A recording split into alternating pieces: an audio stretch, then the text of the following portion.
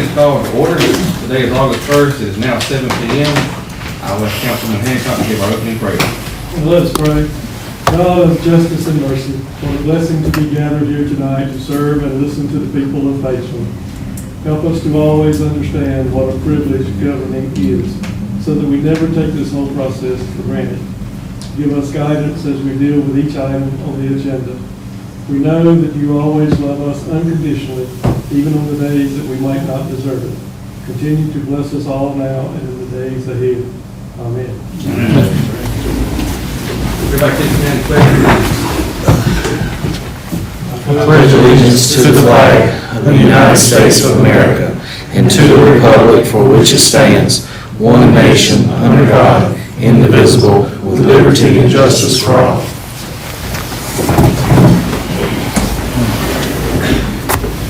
Council, you have a copy of tonight's agenda. Are there any changes that need to be made at this time?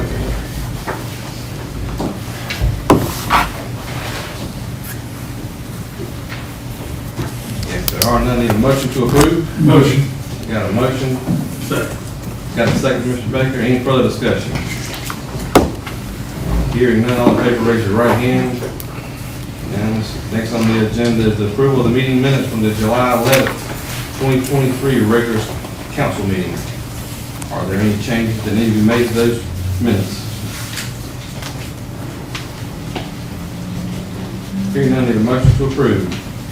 Motion. Got a motion? Second. Got a second? Any further discussion? Hearing none, all in favor, raise your right hand. And what's next on the agenda is persons appearing before council. Do we have anybody signed up at this time? Mr. Griffin. Mr. Griffin, you have the floor. All right, real quick. First of all, the Watermelon Festival, we're claiming a major success. We had a little rain, but, now stop. It was Watermelon Festival, a little rain. I do want to thank the town for their incredible support, and especially our police department and our fire department and our public works, the unsung hero. I got quite a few compliments on the fact that they never saw a trash can with overflowing trash. And I personally want to thank Stuart. He was the first person I've ever seen out with a 5-gallon bucket and a trash picker-up. No matter, there was never a spoon or a wrapper or a funnel cake wrapper or anything anywhere. Everyone said that we probably have the cleanest festival around, and I'm really pleased with that. But what I wanted to speak about tonight was on page 39. This is the Old English Tourism destination book that's now in all the visitor centers throughout the state, and is used to promote the Old English area. On page 39, we've never been in this, FYI. We've never really had a lot to have as a destination. Our mural is now featured on page 39, and as one of the places for sweet treats to eat in South Carolina, Polly's Ice Cream and Sweet Shop. They are on page, let me find it here, 52. Polly's Coffee and Ice Cream is now featured as a destination place, as is the Pageland Farmers Market in the back. We have an amazing representative, Darren Kirkley with the county, who's on the executive board, and, well, he probably is not here, of course, but he, I'm sure he had a heavy hand in helping getting some of the Pageland items for the first time in this. So I just wanted you guys to see this and know that Pageland is getting recognized as a destination place to come see art, shop, and have some ice cream. So that's all I have. I just wanted you guys each to have a copy. We have 3 cases at the office. I'll be dropping a stack by here for town hall to have also. If anybody else wants any other copies for churches or civic organizations, please let me know and I will get you some. I'll take a few. Okay.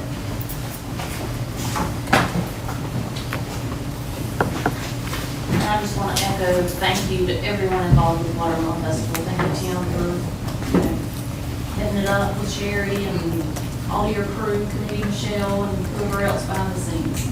Appreciate you guys too. Anybody else? Everybody signed up. We'll move on to old business. First item under old business is the PDRTA.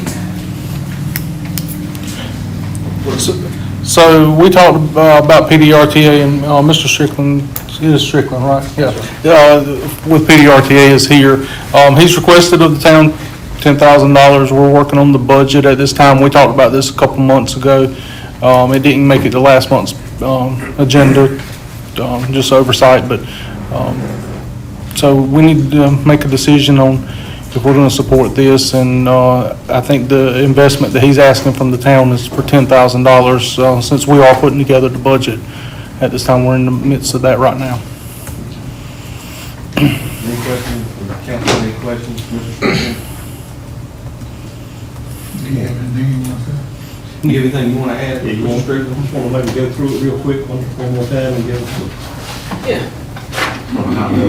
Quickly. We take too much of your time. Just thank you for the consideration. We've made some progress. The county has approved $20,000 in their budget for this year, which their starts, fiscal year, July 1. Just left MACD a few minutes ago. On, August 24th, we have public hearings in MACD. The first meeting with them, they said we're going. They're going to move forward with it. So we have these scheduled. If, Pageland decides to move forward, I got to do the same thing in Pageland. We want to come in, we'll have public hearings, maybe ask y'all, Shane for help with where that would be, but invite the public in. We'd end up bringing large maps in. They would be able to, kind of tell us what they need, what they would love to see as far as service goes. In every town community we're starting now, our services are beginning, and ridership's doubling pretty much every month. And I think a lot of that is because of workforce. I think I mentioned last time, but our most recent survey we just did, 44% of everybody stepping on the bus is going to and from work every day.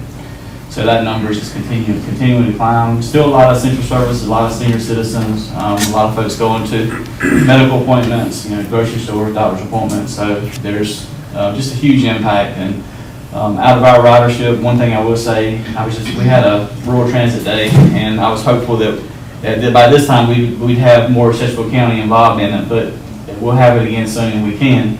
But one person said there's 9% of folks in our region has no access to a vehicle.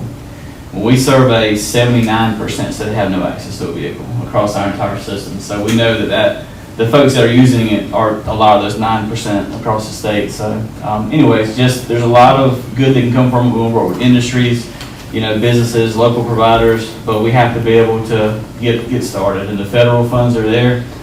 We placed an order. We've got 3 buses coming in. Actually, they already came in. We had to send them back to do a little bit of work on them. I'm expecting to have those back within 2 months. And if the Pageland approves, my goal is to have all these hearings and begin services first of the year. I think January 1st is a Monday. That's the one day I've been looking at because I think it'd be a great day to be able to start services up here. Because it is New Year's, it may be January 2nd, but that's our goal, is to move forward with it. So happy to answer any questions y'all may have, but we're excited about the other communities coming together, and it's really what it's going to take to be able to pull it off. How many pickup points do you think would be around the town?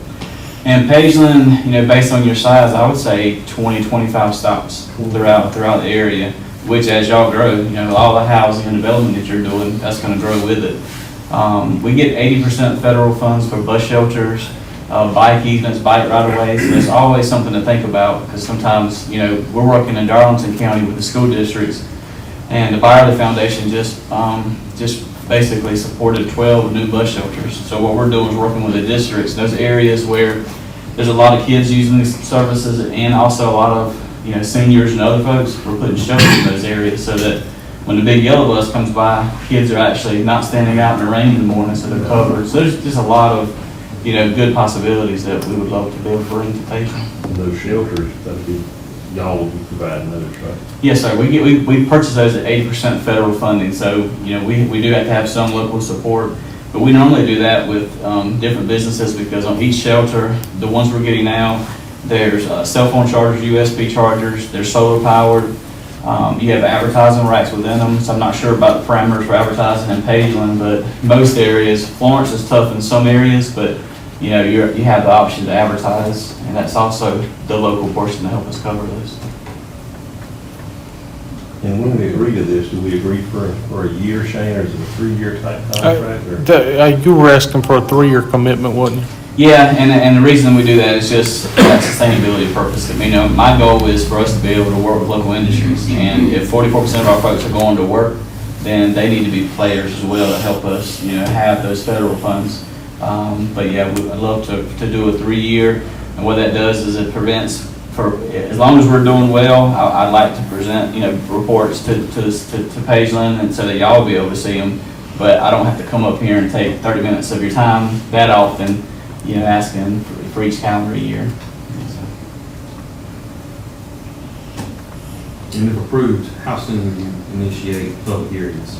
Well, these are in 3 weeks, but right after that, so I'd probably say mid-September if possible, early mid-September.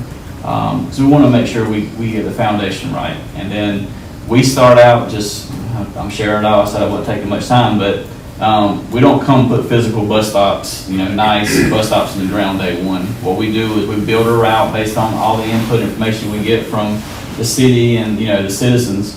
And sometimes we start with like little politician style signs, you know, bus stop here. And then we replace those every time they cut grass because they get going. Y'all know how that is.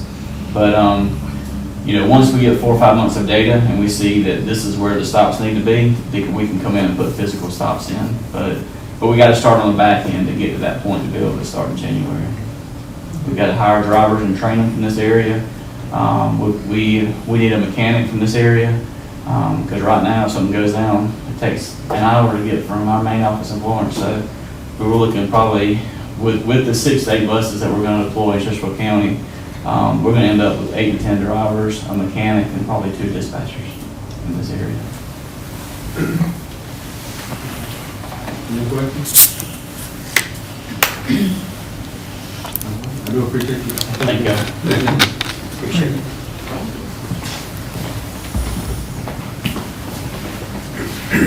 Anything else you need to offer, Tim? Now's the time, I mean, if I need to build it into the budget, now's the time for me to do that. Because I am working on that, which next month you'll be hearing from the department heads on their request, but we are working on the budget currently. Have been for a couple weeks now.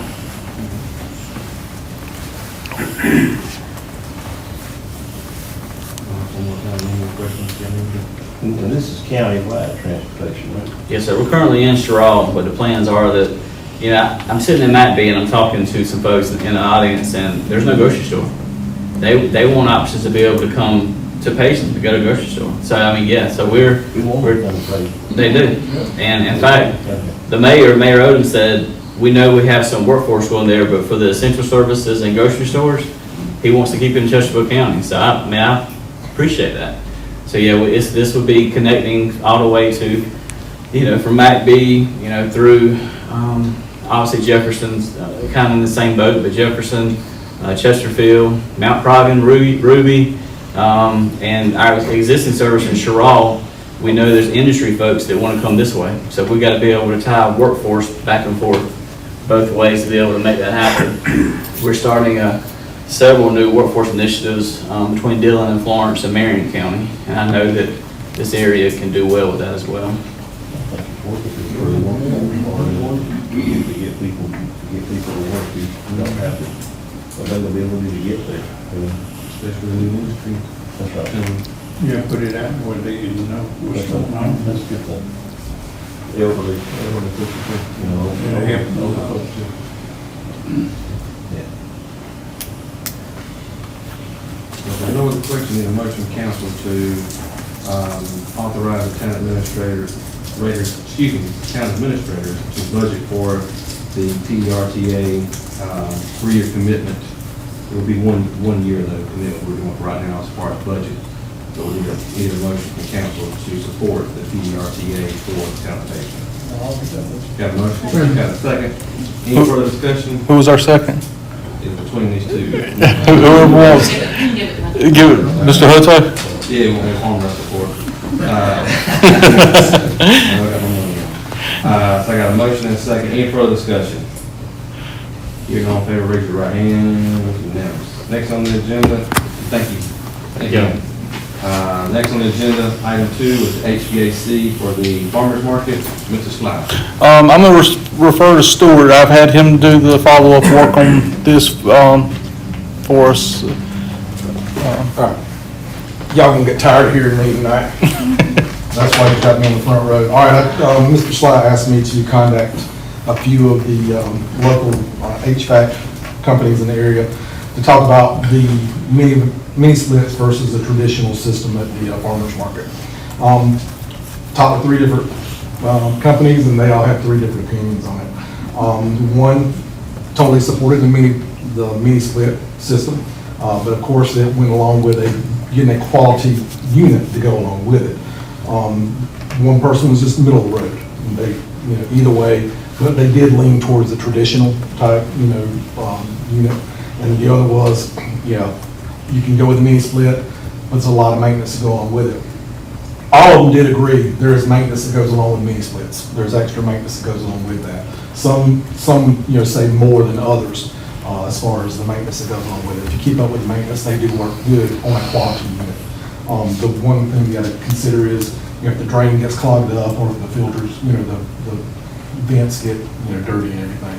I think one of them said once every 3 to 6 months and one once a year kind of thing. Again, depending on type of unit and the conditions they're in. All agree that the mini splits are more efficient, more cost efficient up front, more cost efficient on a month-to-month basis. But again, maintenance is another thing to consider on that.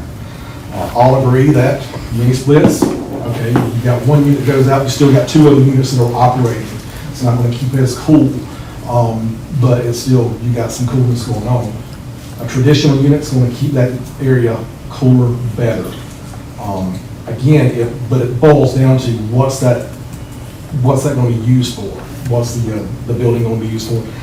How much traffic's going to be in and out? How many people are going to be in there at one time? The more people's going to be in there, the more traffic's going to be in there, they're leaning towards the traditional unit. If it's not going to be as much in and out, then the mini split would be, possibly the way to go. So, again, it really depends on what the expectations for that area is going to be used for to be able to determine what you want to use. Any questions?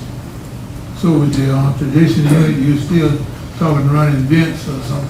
You would, I think most of the guys said they would basically run like a vent down the middle, or I think one of them said down the side and run a vent all the way through it, and then you have the vents that pipe out to the side type thing. One company did say that with the traditional unit, he wouldn't want to do a top mount on top of the building. They don't want to put holes in the roof or nothing like that. So you would have to build a room in the corner of the market. He wouldn't do that. That wouldn't be included in his quote, but he put the unit in the corner, and we would need to build that in and then, put like louvered doors on it and so forth. So that would be something to take into consideration too if you went with a traditional unit. I think we do go with a split, that we could use some type of, like a tube type, or a barrel type. I don't like a galvanized looking custom fab, square type. You see a lot of them in these rooms, they'll have these tubular. That's why some of that's tubular. Black tubular, alongside the wall. And they may can even match up with what like the ceiling looks like. There is that possibility too. They may can get some material that's pretty similar to what's up there on the roof. I'm fine going with this, I'm fine with that. As long as there was some type of tube type ductwork, that's it. And it don't like a sore thumb. We won't be able to run it down the middle, that's where all the ceiling fans are, right down the middle is on the. Running on that right-hand wall. Yeah. Mm-hmm. Same side, You're talking about traditional. You're talking about traditional. He's talking about a traditional unit. Yeah, it's a regular split. It's a split unit. The other ones are called mini split. Okay. Yeah. The other thing to consider too is where that room he was talking about building, I think, weren't you talking about putting bathrooms in that area too? What we could possibly do is that, there's a little office. Yeah, I Another just told her yeah. you could probably put it in that You little probably put it in office. front of it. Because there's a little office, and when you look at this, like, to the right, And and very very, back. very Isn't there back. plans for that? There That were- was where like, their security system. I think there's plans for that. Yeah, there was some plans for that, because you're gonna have to have somebody, Room, you don't have to build it, it's already, yeah, it's already. because you're gonna have to have somebody occupying it during, You just put it When it's outside that open. room up in front of it, because it won't need to be very big. I mean, you got the storage building off, the lean-to off the back, and this is something that could be discussed later. Yeah. It Not be put in there, you just pipe through the wall. Yeah, let whoever gets that bid, look at it. The important thing is, determine what you want, so we can do apples to apples. They did all say that you probably do need to go with a bigger unit, then I think, because I think you had some different quotes that were different sizes. If y'all fine with, I'm fine with going with a traditional split. Y'all fine with that? I'm good with that. Yeah. I'm just worried about You just the, want- you want to get some pricing with just a traditional split? can we narrow it down to a train? I'm fine with You get what you pay for. That's exactly right. You get what you pay for. We're gonna spend this money, I don't wanna have to, Knock on wood, mine's over 30 years old, and I'm still, it sounds like a train, but it still works. Yeah. Do you need anything else from us? if y'all are to the consensus of that, we I'm can, fine with the train. and what size unit have they? I think 5 ton was the number that kept coming up. Okay. 5 ton, 10-year warranty.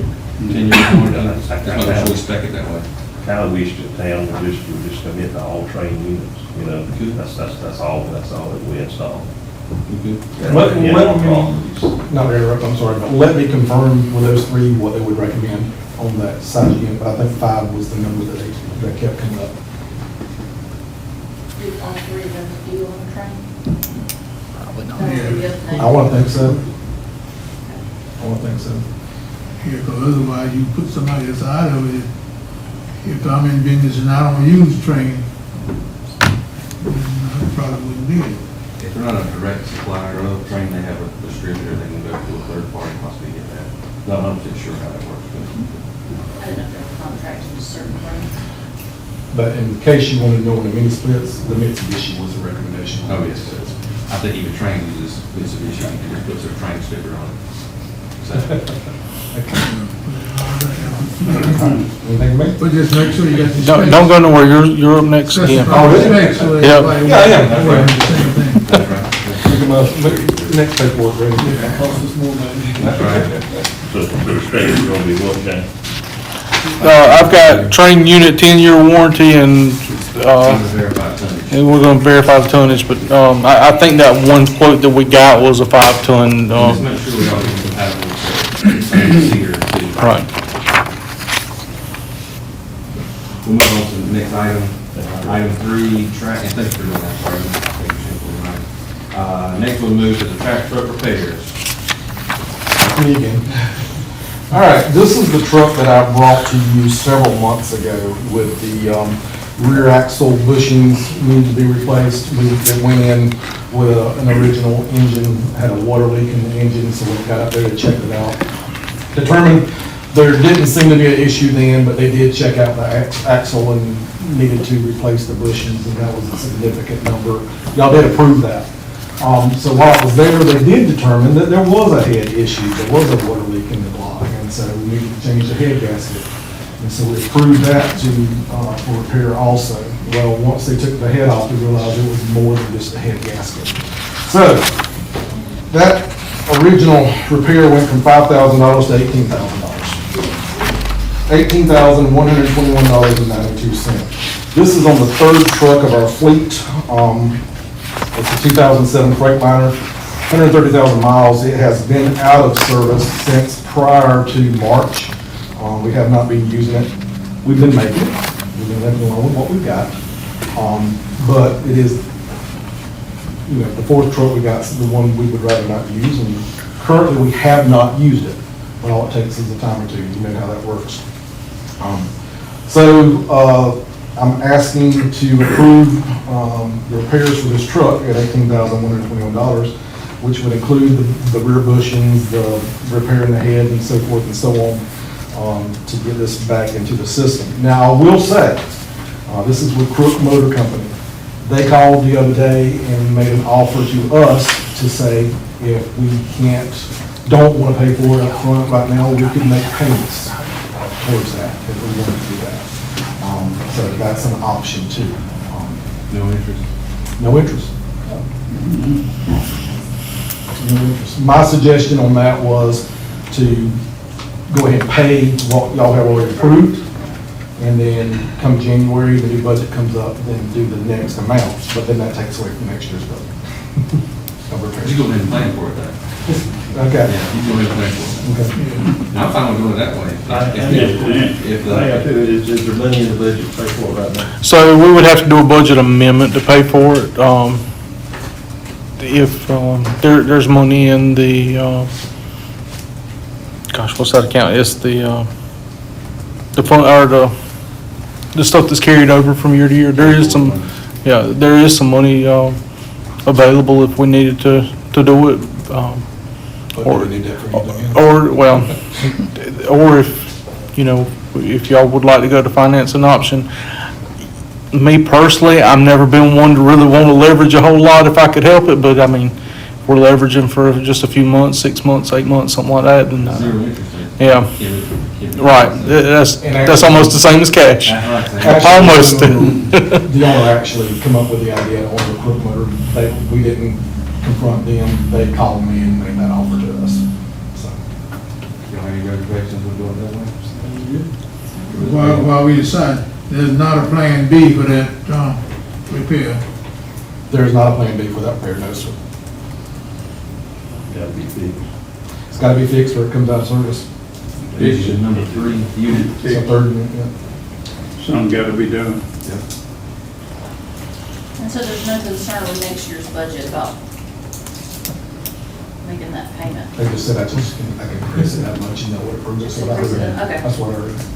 Instead of doing the That's what I was budget gonna say, I was gonna make sure there was no issue with doing that. revision, instead of doing the budget revision right now, we just possibly keep you carry forward to, in our budget. Is that something you can possibly do if you carry forward? I'll see what I can work out and see, because we still got some Yeah. time to So right now, move we're some not stuff authorized around. The repair. Payment of what we'd already approved, yeah. So we're going to go with what you have already approved, which is around $8,000. Yes. And you can Yes. use that numbers, But that's close to half. Yeah. Yeah. a little bit less than that. Let's get it up to half. Let's pay the government half. So do 9 and 9, Whatever, yeah. because That'd be- that repairs 18,121, so that'd be 9 and 9. Yeah, I'd rather pay, 9,060.5. I'd rather pay the employee, like everybody else, get his money, you know, on the surface, but if he doesn't mind doing that, he's the one who offered. I think it Yeah, would the be only good. problem is what if something else comes up? That's, yeah. Because it's August, it's still got, Murphy's Law is always, the minute you let that money go. Then I'm back to the regular. wait, I'm kind of, if we got the money in there carry forward, we just take and do a budget revision, authorize the budget revision, just take care of it all right now and go. I'm fine with that too, I'll say. So you're gonna authorize the budget, well, you have to do 2 readings on it anyway. Doing it? You have to do 2 readings on it. Yes. So, I mean, you can do one now and I can have one put together for next month. And we go ahead and do the amount that we've already authorized to pay, we go ahead and take, Do a first payment. and then the balance we can take care of in the budget revision. Well, we got to do both of them in the budget revision anyway. Okay. Anyway, with that being said, I need a motion to authorize the repairs needed for the trash truck totaling $18,121, and this will be handled through a budget revision. Got a motion? Got a second? Any further discussion? Hearing none, all in favor, raise your right hand. Unanimous. Next. So to make that clear, when I call him tomorrow, start repairs, we will make a payment of how much? Okay. We're gonna do a budget revision, just pay them for all of it, is what I gathered from that. But the budget revision won't take place till. It don't matter, we can do that after. Okay. Yeah, we're gonna take care of the whole thing. Start repairs and get it going. That's right, yeah. Thank you, sir. Thank you. Appreciate that. Members are all. Excuse me? He does, but it's I'll be back. after I'm coming that. back. All right, next on the agenda is the victim's advocate money. I'm not prepared to address that tonight, so if we could hold that off until next meeting. Gotcha. So we good with them though, as far as from your discussions? I haven't been able to talk to the right person yet, that's the problem, so, Gotcha, gotcha, yeah. okay. I need a motion to table the victim advocate money until the next council meeting. Motion. Calvin, I'll give it to you. Calvin had a motion, who has a second? Second, Mr. Becky, any further discussion? Hearing none, all in favor, raise your right hand.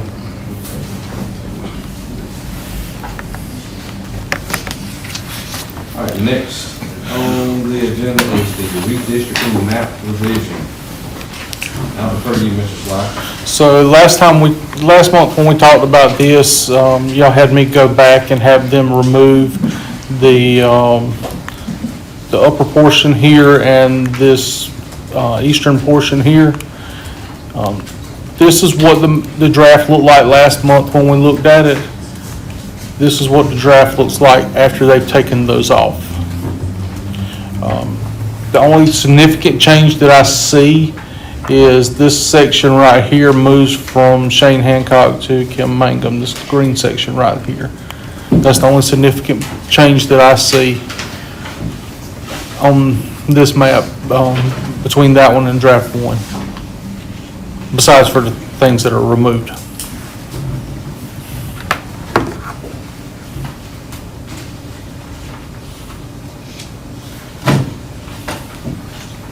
So you have any additions, what you showing here now, are there any additions to what the district look like, or can you specify where the addition is made to the district? So what I done is I asked the state to remove that upper portion there and this lower portion here. And what they done is whenever they come back, they done this chart here. You should have a copy of it there in your packet. If you don't, then we'll get you one. But there's a copy of this chart here. And what they're trying to do is they're trying to even everybody out and make sure everybody has about the same number of people is what they're doing. Okay. So I'm gonna ask my same question from last month. In those small districts, when you even them out, are they still a minority district?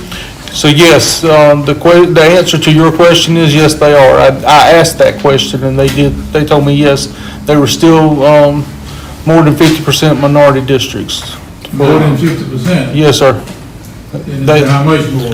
Let's see if it's got it on this chart here.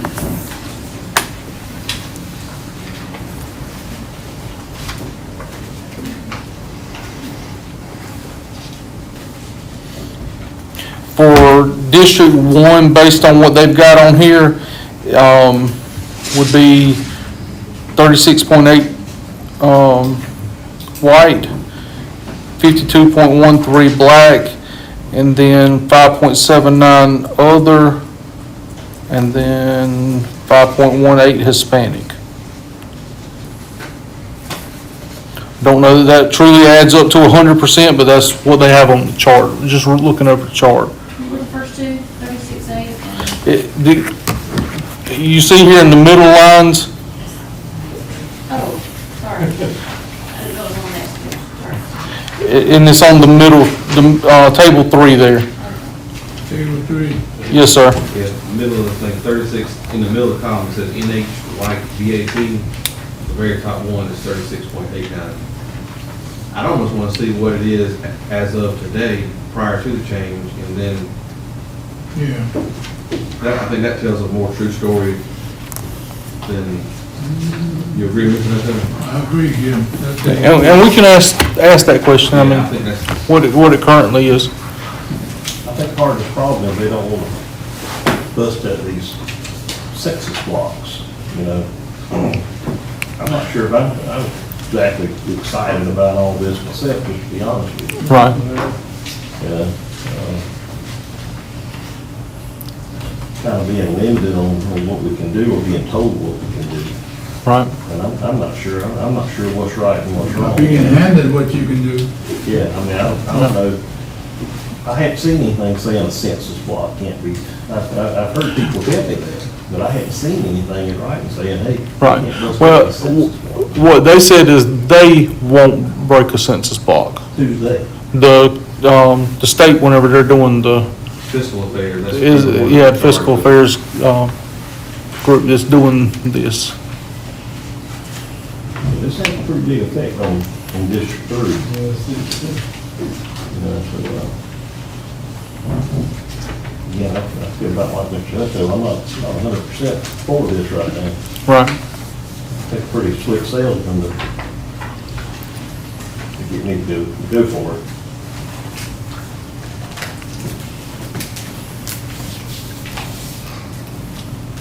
Again, we're dealing with people in the office in Columbia. Right. They don't know But what's they're going just on. trying to spread out the numbers, right? Right there. So, Yes, if so, your district was too big to begin with or too little, you're gonna have an impact. Yeah, It depends on where you go. You're gonna impact two other districts at least. And too big or too little is not geography. Right. Too big or too little is People. purely based on bodies in the district. Right, right. Yes. And is it bodies voting or? It's registered, no, household? it's by census count. Okay, so it's just head count. I think me and Shane had the biggest districts out of, like, we had the most people in our districts, because I have 2 apartment complexes in mine, and mine's the tiniest. Yeah, geography. Geography-wise, mine is the tiniest, but I have 2 large apartment complexes in there. but then again, when you come back and say we're gonna have 2 minority districts, and when the minorities were concentrated, not there anymore, concentrated in a smaller area, and you make 2 districts out of that, you will automatically starting off with smaller districts. Now we come back and redistrict and say we're gonna make all districts equal in size. Well, the minority district, if it's going to grow, gonna have to reduce the number of people who make it a minority district, which in essence gonna cut down the voting strength of the minority. Well, and maybe, I may have misunderstood part of what you said there, but I want to point this out. Okay. The districts had approximately equal populations, all of them, at the time that they were created. But the fact of the matter is that there hasn't been a redistricting in Pageland in over 20 years. So your point is well taken and your point is correct. But at the end of the day, the population numbers have changed, which means when you divide it by 7, the number of people within the districts change, which means you've got to reapportion it and even it out. I mean, to the point of what y'all are getting at, I mean, if you don't reapportion, because that's the correct term, is reapportionment. We use redistricting colloquially, but it's reapportionment. If you don't reapportion, at some point in the future, it opens up the ability for somebody to say, well, so-and-so's district, and I don't know who so-and-so would be in this, is too small, and so therefore the people in his district are getting shorted, or the people in her district are getting shorted. The legislature does this every 10 years. Congress does this every 10 years. We should be doing it every 10 years. The only issue there is there has not been enough of a population growth in a longer period of time than 10 years to even look at needing to do this. But the fact of the matter is, we all see what's going on in this community from a growth standpoint, and here we are.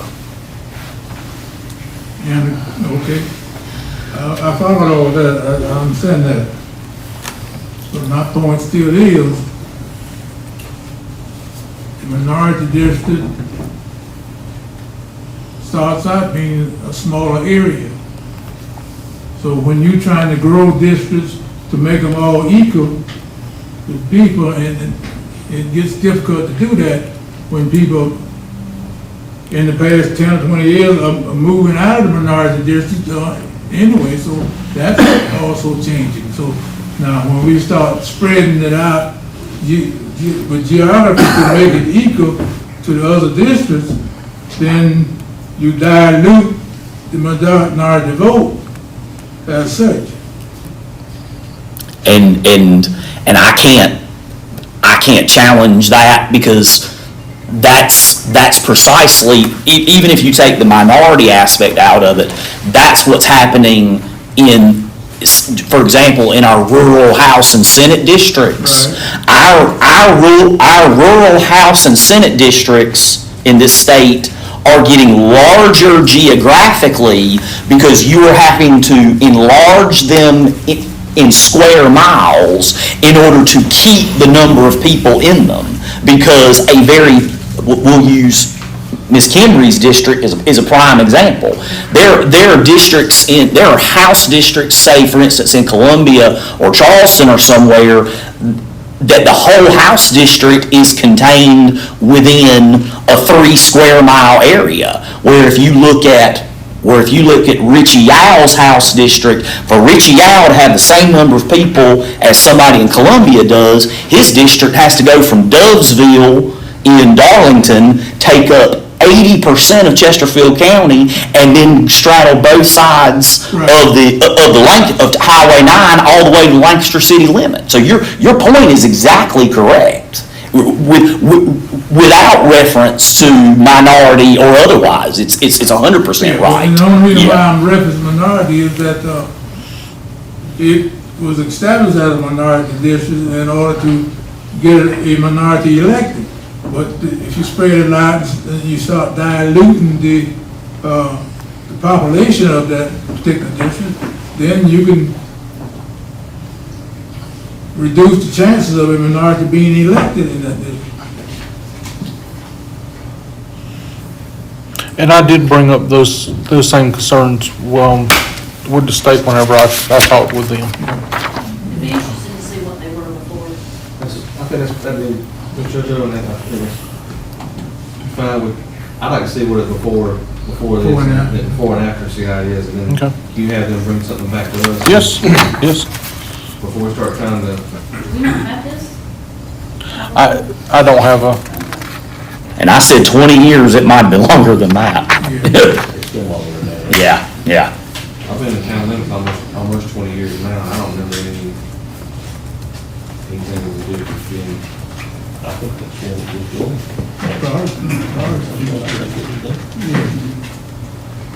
Last time. So I think for now, what we're gonna do is if you'll just take and get us the information, statistical information as it is now, and have a comparison okay, of what they proposed in this latest absolutely. revision. Everybody fine with that?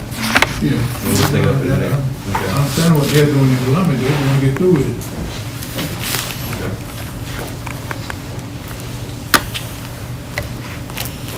It doesn't affect them.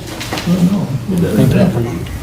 Yeah, they want to get done with it. It doesn't affect them.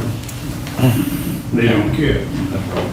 Okay, we'll move on to the next item under old business, which is the jet vac approval to bid. This you again, Stuart? Part of it. Go ahead and tell us what your part is, and we'll get to that. My part is, well, I guess we're covering Shane. Let me lead up and then you can, so I got a email back from Rural Development, we talked about this about 2 months ago.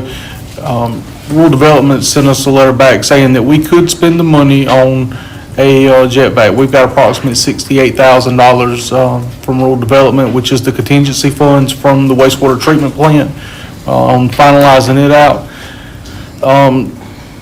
And so from there, we would have to put in a small portion being about $30,000 to be able to ascertain a jetback. Now Stuart can go with what he's got. He said it all. I just need your approval. But any questions? And this goes back to the video I showed y'all a couple of months ago when we did the demo on the jetback system. And I'll just give you an example. Yesterday, we had 3 leaks that we had to take care of, and it took us all day to do it. I have no doubt if we had one, we would have been done by noon yesterday. I have no doubt. It would have cut the time down considerably with the jetback. Again, I described to you, during the video, you scooping wet sand out, you're scooping out a scoop, and then 3 scoops fall back in its place. And that's exactly what happened. And it's just a big, a process of fixing that 3/4 inch water line. And that's what every one of the ones yesterday were 3/4 inch water lines, and it took a long time. We can use, I was planning on, that'd be another budget amendment, but that would be on the water sewer side. taking and use a fund balance, from water and sewer for the difference to, we looked at the idea of either bidding it or state contract. I would need to check with the rural development on what if they allow state contract pricing. If not, then we'll need to, bid it out. In most cases, their state agency, they're gonna require state contract as a minimum. Any way to push that back to the next year's budget? We won't be able to use the money no more, because we either got to do something with it, or like I said, we're ready to close it out. Literally, they'll use it. Now, that's a different fund than what the trash truck's coming out of. That's coming out of water sewer, not, I didn't know that. yep. Any questions from council? So what we need to do is approve the purchase and then authorize either the use of a state contract or to bid it. We'll have to check with RDA Yeah. to make that determination. Anything else you need to add to it? Thank you very much. Thank you. That being said, I need a motion from council to approve the purchase of a jetback for the Public Works Department. And we'll need to check with RDA as to whether we can utilize a state contract or if we'll be able to bid that out. So we'll make a determination later. Right now, we just need to approve authorize the purchase of this piece of equipment. Got a motion? Got a second. Any further discussion? Hearing none, all in favor, raise your right hand. Next on the agenda, under new business, community center, HVAC. We still got we got another HVAC? Yeah, we're doing Where'd you find this? the community center. What you got, just, So, the community center has got 3 HVAC units in the community center? Four, five. Okay, so the one that covers the office and the men's bathroom and probably part of the kitchen based on where that's at, is completely out. The one that covers across the hall, which is the classroom and the women's bathroom, is wobbly and it's on its last leg. We definitely need to change the one that's out. Probably while we're doing, go ahead and get the one across the hall that covers the, the women's bathroom in the classroom. I've talked to Andre, he's got one quote, we still need a couple more. We actually may have to even bid it. If we do both of them together, we probably need to bid it. If we do individual, then we can do just one. And Are they different sizes? no, they're the same size. It's 2 units, same size. One covers one half, one covers the other half. Or any kind of deal you can get 2. I don't foresee it, but we can ask. You can add it.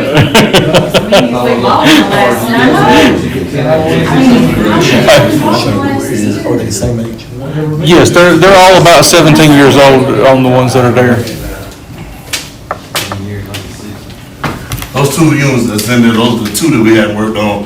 Both of those units have been there since 2006. We hadn't had a problem with those. We have replaced the 2 bigger ones on both sides, the back side and the one on the side. We've done both of those. John's put those in, and they were the ones who replaced the ones that we did at that point too. It's $6,000, a little over $6,000 per unit for the smaller units. The 2 units that he's talking about are the smaller units, not the big, having to turn the big ones up.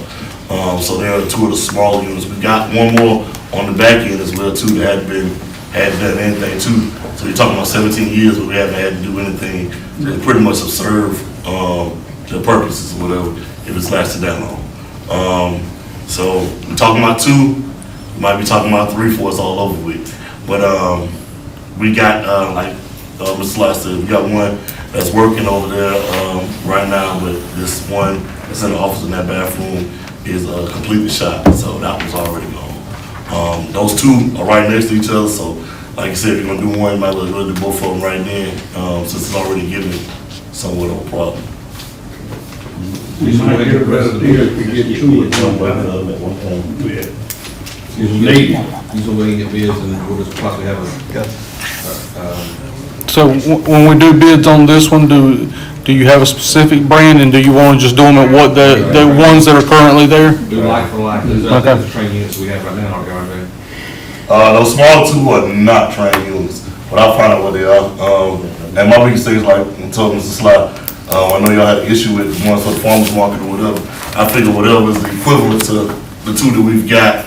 And if y'all say we gotta get trained, then that's fine too, but whatever is equivalent to what we got and not something that's under what we already got, we'll be revisiting. Because they probably won't last 17 years this next go around. Train unit, 10-year warranty, Both of them, have same way. And just bring the bids back to us at the next council and the meeting. bids will be for two of them. Yep, two of Yeah. them.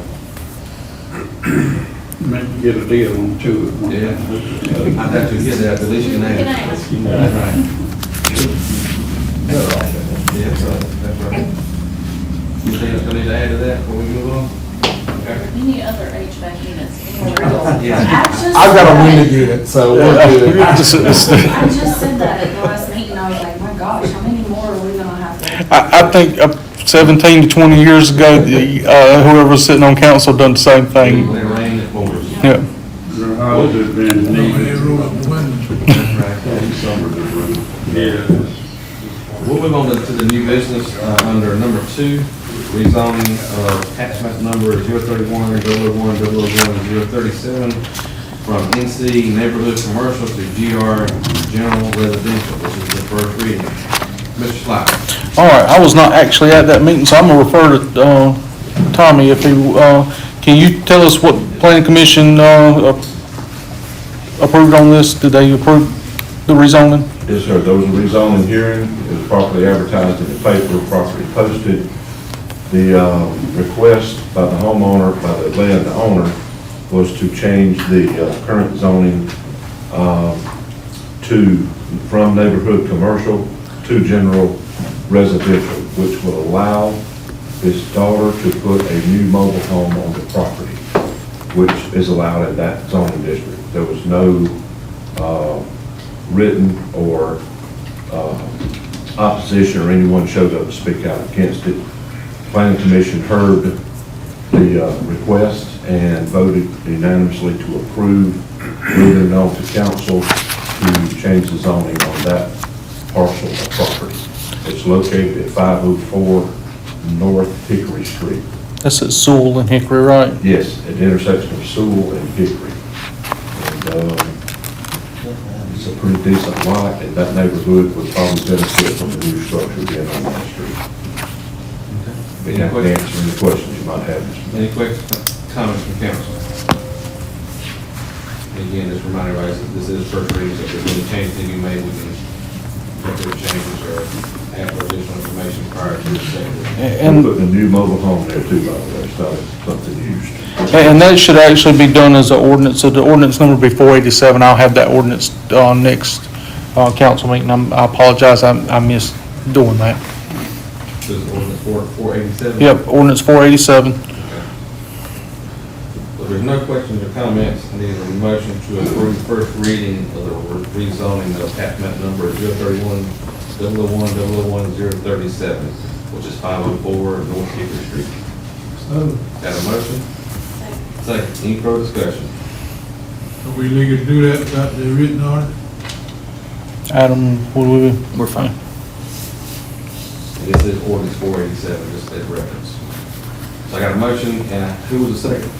Got it, from Ms. Manning. Second. Any further discussion? Hearing none, all in favor, raise your right hand. It's unanimous.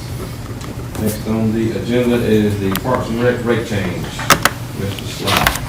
All right, Mr. Singleton has provided you a letter requesting to change the rates at the community center. I think that's the only place you had on here is just community center.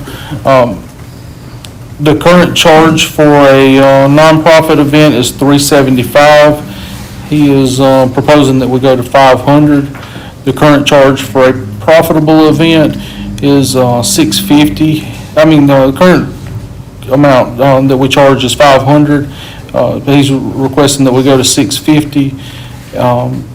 and we change it from $20 for every additional hour to $30 every additional hour for 5 hours. I think that's the only changes that, and he's notated that we have not made any increases to the cost of renting the community center. I think he said, I'm trying to remember because I read it the other day. 17 years, yep, there it is. So he's requesting that we up the rates. In all honesty, it probably should go higher than that, but you can't go on a drastic measure. That's $125 more for nonprofit, $150 more for profit, and then an additional $10 for extra per hour or whatever. I mean, just going by looking at what other places around are doing, the reason, I ain't say this is the only reason why we get so many people that's coming out of the county, that's coming over here, but it's a whole lot cheaper once you're talking about with tables and chairs. We provided tables and chairs for them as well too. So it's a whole lot cheaper. There's some place in Lancaster that rents out $1,000 to $1,500, maybe $900, and then you have to still go and get your have to go rent chairs from Celebration. I think it's a company called Celebration something over in Lancaster or whatever. So and I'm not talking about the ones who've already got it rented and booked already. We're talking about for what's not already on the calendar. Do you ever have any trouble with like damaged chairs or tables? Do you take do a deposit or? When they do a deposit or whatever, and we've had some problems, but for the most part, our damage for as far as our tables and chairs is just normal wear and tear, and it's just the more so of, they've been there for as long as those air conditioners been there, since 2006. So I mean, and you figure that 40 weeks out of the 52 weeks, it's rented sometimes twice a weekend. So you're talking about a whole lot of bucks to been in those chairs, and a whole lot of everything else been in, in those, at the tables or whatever. So, and we get new tables sparingly whenever we need some or whatever. But I mean, for the most part, we've pretty much got everything that we've always had still intact or whatever. So I think that the increase would, like I said in the letter, will help with the strain of us, because we're going to have to buy more chairs, we're going to have to buy more tables. So it's going to help with the cost of that. As far as the $30 per hour, that's just for one person. Is there ever opportunity or a need to have multiple people there? Well, it started off in, we did with the karate thing this past weekend. I mean, Watermelon Festival, that was huge.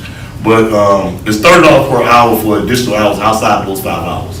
So you're figuring that if somebody's going to be there for, another 10 hours outside of that, then, we've charged them, it's an extra $30, where right now it's $20 per hour for every hour you get outside of the 5 hours. So do you think it's probably need to phrase this, say $30 per person per hour? I think. Because if you had, talking about the karate event, you had, how many police officers there? How many personnel did you have? And we're working on some of that with the department head meetings, on some special event stuff, so that'll be coming down the line at some point. Yeah, now we just talking about as far as like the additional hours for the building at this point, right now with this right here. And like Mr. Slot said, we've gone through some things as far as additional personnel, whether it be EMS, police department, something extra from Stewart now as well. We're working on that. Okay. Any questions, comments from council?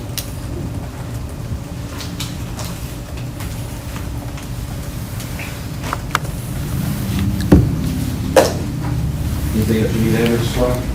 Not at this time. There are no questions, comments, no other information considered. Need a motion to approve the rate increase proposed by Mr. Singleton, our rec director, from $375 for nonprofits to $500, and for-profits go to $500, from $500 to $650. The rate per hour is $20 per hour for nonprofits for additional hours, and $30 per hour is the new rate for the, did I say that right? No, $30 an hour for additional outside the 5 hours. For each one of them, okay. Period. Let me rephrase that then. So it's nonprofits going from $375 to $500. For-profit is going from $500 to $650, and the rate per hour for each additional hour beyond the exceeding 5 is going from $20 per hour to $30 per hour. Need a motion for that change. And it to be effective immediately. and it to be effective immediately. But it's not gonna affect the people that's already booked. No, it won't affect the people that's already booked, anybody who books tomorrow morning on. Gotcha. So they'll be grandfathered in if they've already booked Yep. and paid their deposit or whatever's necessary, but anything going from midnight tonight forward, we'll pay the new rates. right? Yep. So I got a motion from Ms. Mangle. You had a second, Mr. Baker? Yes. Got a motion and a second. Any further discussion? Hearing none, all in favor, raise your right hand. It's unanimous. Next on the agenda is the SCADA wastewater treatment plant monitor, Mr. Sly. Stuart, this is you again. We see a picture of school up there. That's why I have to sit on the front row. Usually I sit in the back, he don't even know to sit in front today. All right, what we're looking for is a SCADA system for the wastewater treatment plant, and the reason this has come up is, this is something I realized from the beginning, is we need, alarm systems through the system, through our process. We had a SSO, which is a sewer system overflow, down at the wastewater treatment plant a few weeks ago, and if we would have had this system, we could have known that that was taking place. This is a quote from Water Systems to put a SCADA system in one of the first positions of the wastewater treatment plant, which is at the wet well there, just past the bar screen area. What this would do for us, it would tell us if we lose power down at the plant, also tell us the water levels in the well, and, just anything associated with that cabinet, that's the power cabinet that goes to those pumps and so forth. The quote they've given us includes a one-time setup online for $250, and also will require an annual subscription of $364. So if we do this, we would still have to renew that subscription annually, and currently it's at $364. But the total top cost of this one unit is $5,217.52. Let me say this though, we could easily be finding more than that from DHEC. This could save us a lot of money in the long run. So I'm asking for approval for that and to get that installed. And I will say for the entire system down there, which I'd love to see, you're looking at $50,000 plus for a SCADA system. So it notifies you if you have a problem? It calls out an emergency, yes. And also you can monitor it through an app, I'm assuming. You can monitor well levels and stuff. So if it does call you, you can go online and see what's going on. We currently have a SCADA system on our water towers, and it sends us alerts whenever the water towers drop below a certain level. Any questions, comments?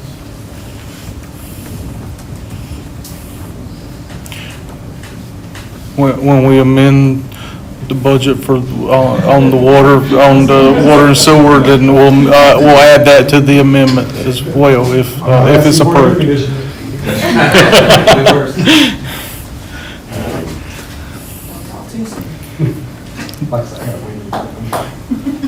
The one in his pickup truck works.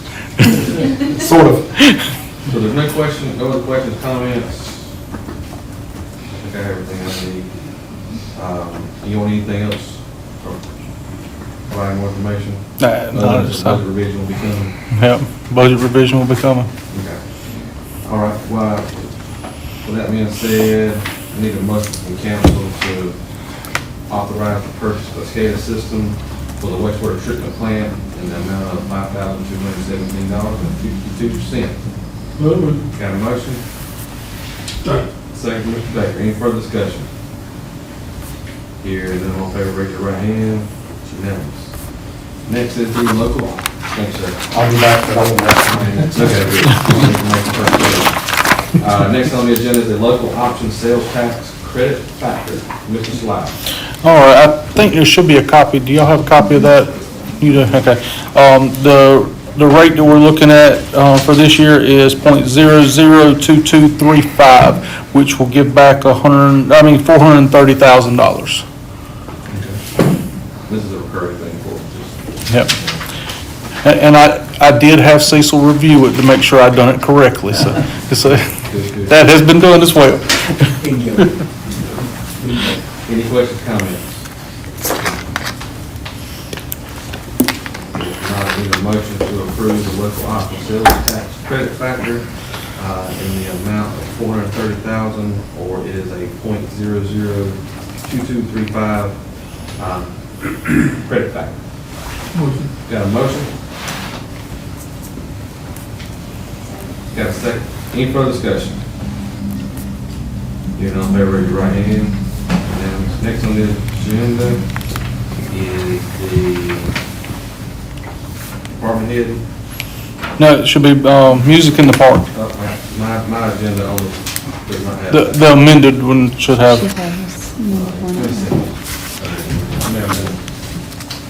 Oh, here it is. I put it away.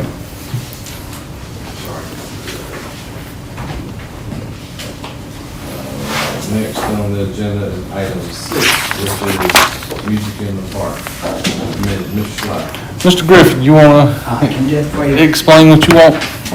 As you know, we asked for $1,500 for Music in Moore Park this year.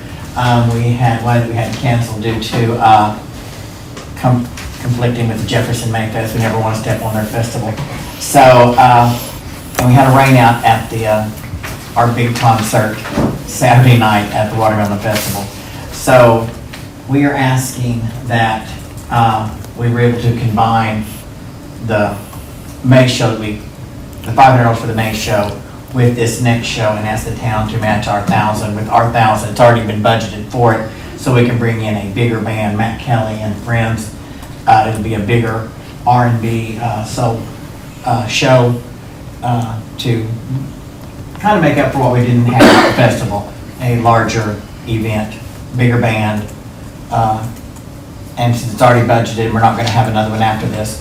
We would just like to move that over so we can hire a larger band. The band is $2,000, but that's for sound, lights, and band. Any questions, comments?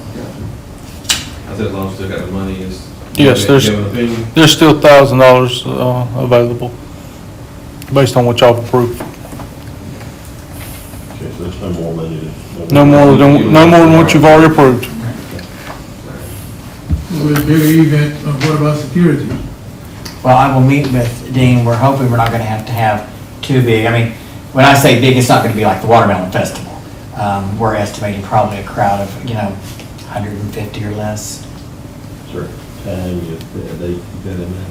Yes, it's August 18th. Food trucks will open at 2 in the afternoon, and then the concert will start. I'm sorry, Saturday, 19th. 18th is on like that, so. But we are going to have food trucks. We're going to have Bubblicious, then a local food truck. We also have 2 other events in town that day, so it's going to be a pretty busy day in Paisley. We have the car show at the American Legion that morning. They have bingo for kids at Polly's that afternoon, and then right into this event. So it's going to be a full day of tourism in Pageland. Is it, what time is it going to start? 8? 8. But we're going to let the food truck set up at 2. So people who will come to the food trucks will also shop in downtown. So we're going to use the food trucks kind of as a draw in to get people into the downtown area also. All right, thank you. Thank you.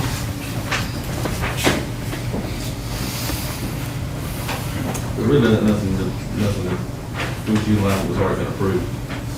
So I know. There's nothing that we didn't vote on, did we? Because we already approved it. As long as y'all give it your blessing, because it's already been approved. Okay, so we just need to, we'll find a way, all right. Yeah. All right, now we'll move to item number 7, which is ordinance 486.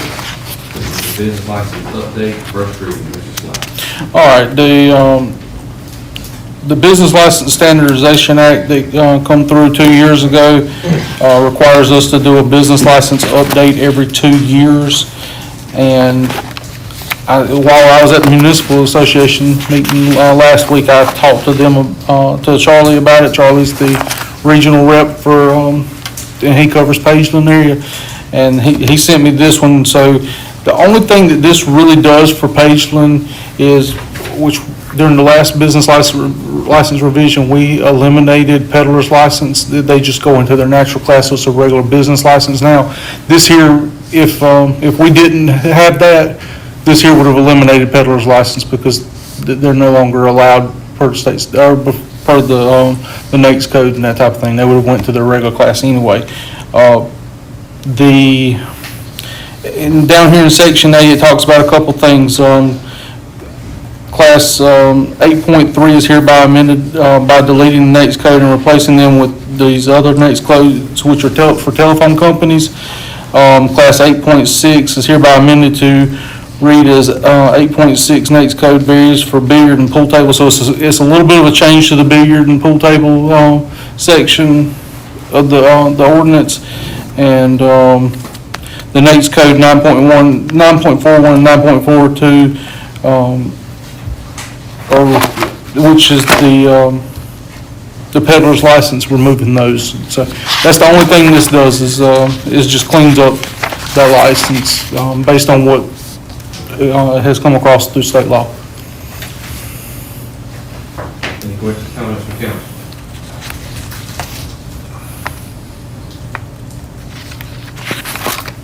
There are none. Need a motion to approve first reading of ordinance 486 for updated business license for the town. Motion. Got a motion? Second. Any further discussion? Hearing none, raise your right hand. Unanimous. Okay. Next on the agenda is department head meetings. Stuart, go ahead and sit you in front of Since I'm warmed up. All right, not a lot to report as far as anything we got going on. I will say we had like 2 water taps for the last quarter. My first festival, I think it went very well. My guys, I will say my guys did an awesome job, and I've got a lot of feedback. And I've told them as such, and not a complaint out of it. They were right there with it the whole time. They were visible and helpful and smiling. And that was the goal. I will say now, the rain helped on 2 nights, but, they finished up early both nights, and they also finished up 2 hours early based on previous years on that Sunday morning. So they cut the time that they would be working. They did, and I know everybody else did, but they did 36 hours in 2 days. So, but they did it with a positive attitude. So that's, Did real well. excuse me? Yes. Thank you. We were with 36 in 2 days. Yes, sir. And then they was right back to work 7 o'clock Monday morning. Yeah. So they did awesome. We are fully staffed, although we have had some changeover. We're back fully staffed. So we're good there. I think I may have mentioned last time, as far as the sewer right-of-ways, we're starting to mow on those. We're making some progress on there. First of all, identifying our sewer right-of-ways, so we're locating all those and checking those out and getting those mowed as they should be. As you know, and as you've approved, we demoed a hydrovac trailer and realized the need for that. So that took place in the last quarter. And then myself and Stephen Thomas are still doing a continuous education for a distribution license. But that, it's at least a 2-year process, but we're still continuing on that. I do want to say, and I hope this is okay, I want to say thank you for the latest hire. I consider that an asset for our department. We used him 3 times today and was very well appreciated on that.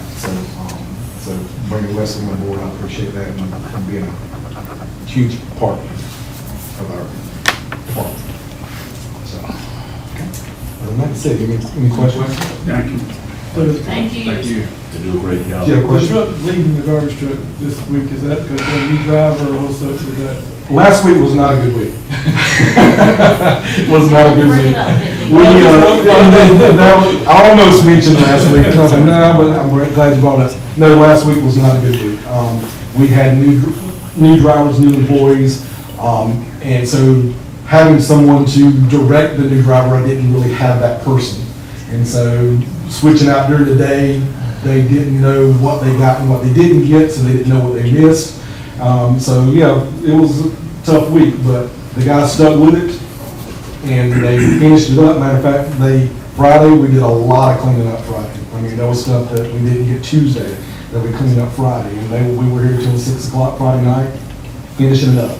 And they persevered and took care of it. Yeah, we messed up, but we took care of it. And they're back at it this week. We changed our training process on that a little bit. I didn't want to go the route that I had to go, but took one of our key guys off of what we would normally be doing to do the training. And it's going to be a slow process on training the driver to understand the routes. It's a several-week process. So, but yeah, expect a little bit more. Not like last week, so a little bit more. So, all right. Very good. Thank you, sir. Thank you, appreciate it. Mr. Singleton, you come up there? Yes, sir. Evening, how you doing?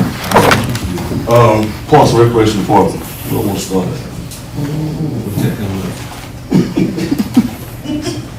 We got, fall sports coming up.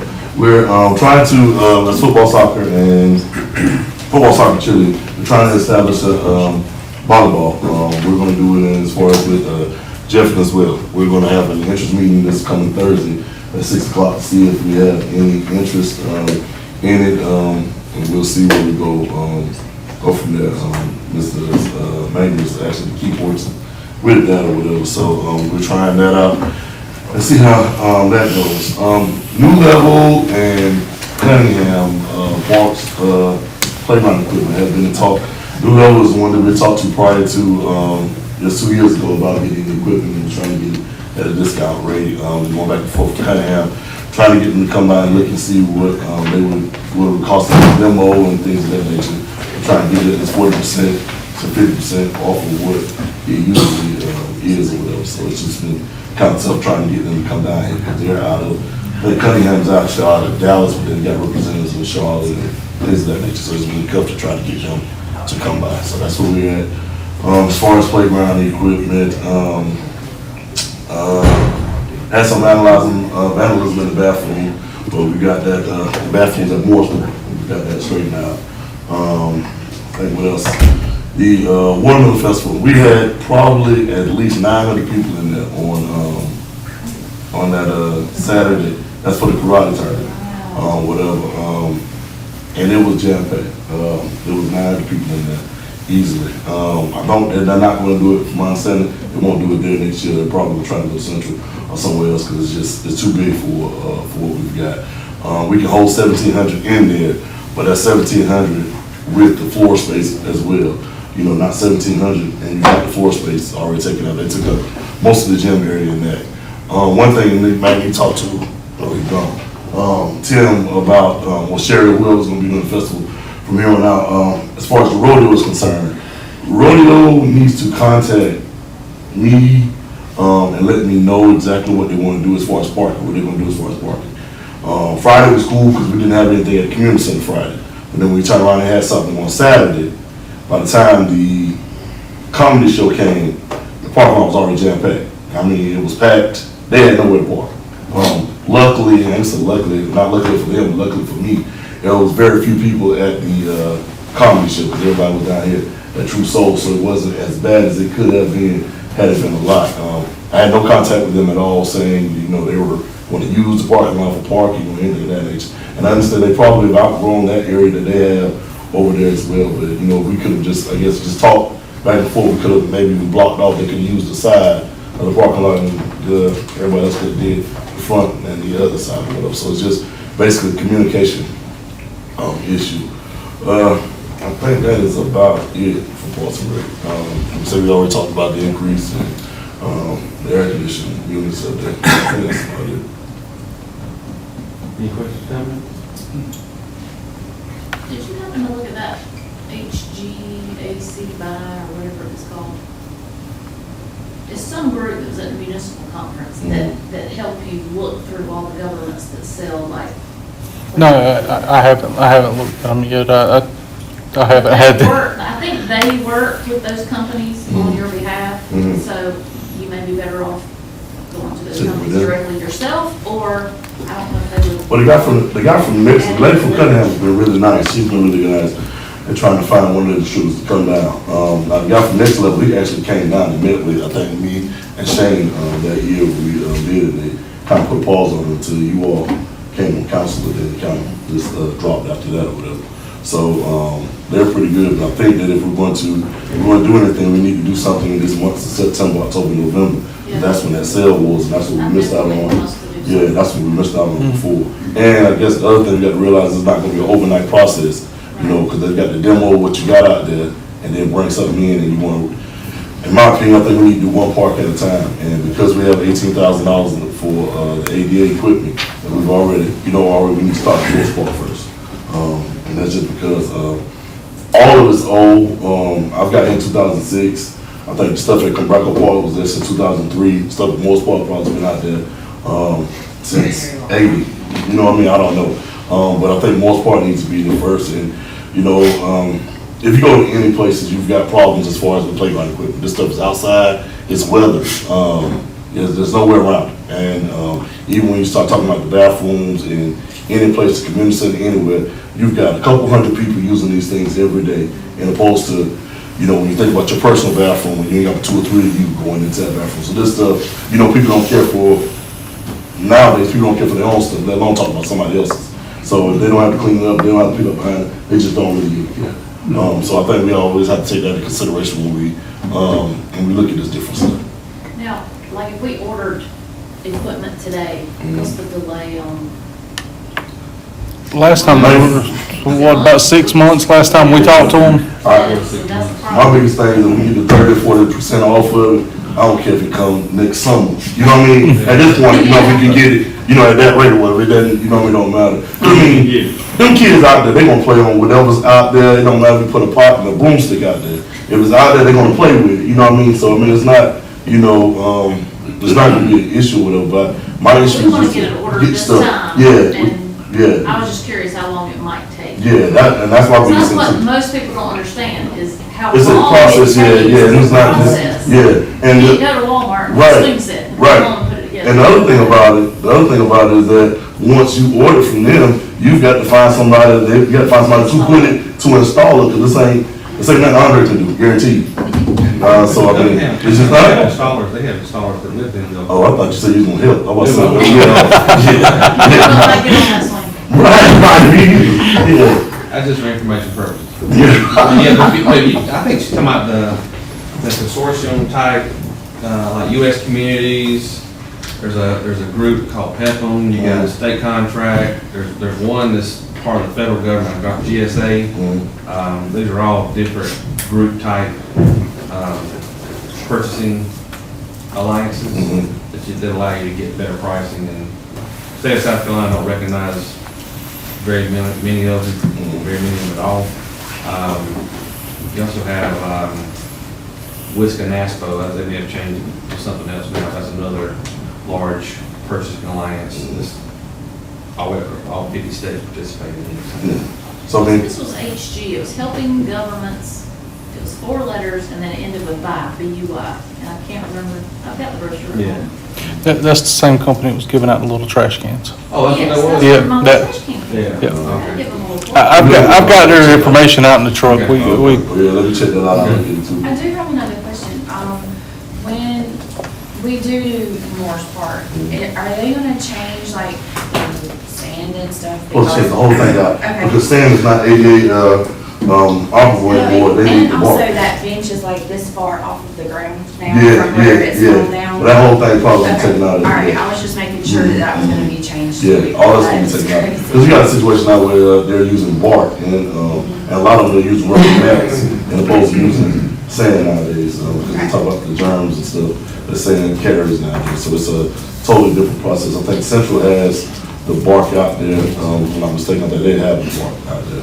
And like I said, we got the 18,000 for the 88 compliance stuff, so we definitely need to use it. I don't know if it's a timetable on it or not, but I figure if we We're got still it. good for right now. Okay, if we got it, we need to use that, and we need to do Morris Park, because that's the oldest one, and that's the one that has not been Morris Park updated. is used a lot. Yes. There's always And we need somebody. new lighting out there There's always too. some kids All of them. playing at Because there's Morris only Park. one light that works out there, because I drive past it all the time going home. I There's remember only several one years. light bulb that works. Is that town or is that Duke? I don't know, but there's They only put one a light light out The, there. What do you think, work order? the big floodlight is Duke. The little lights in the park itself, I don't think either one of those have worked since I've been here. We replaced some playground equipment at Morris Park, but it's been several years ago. been,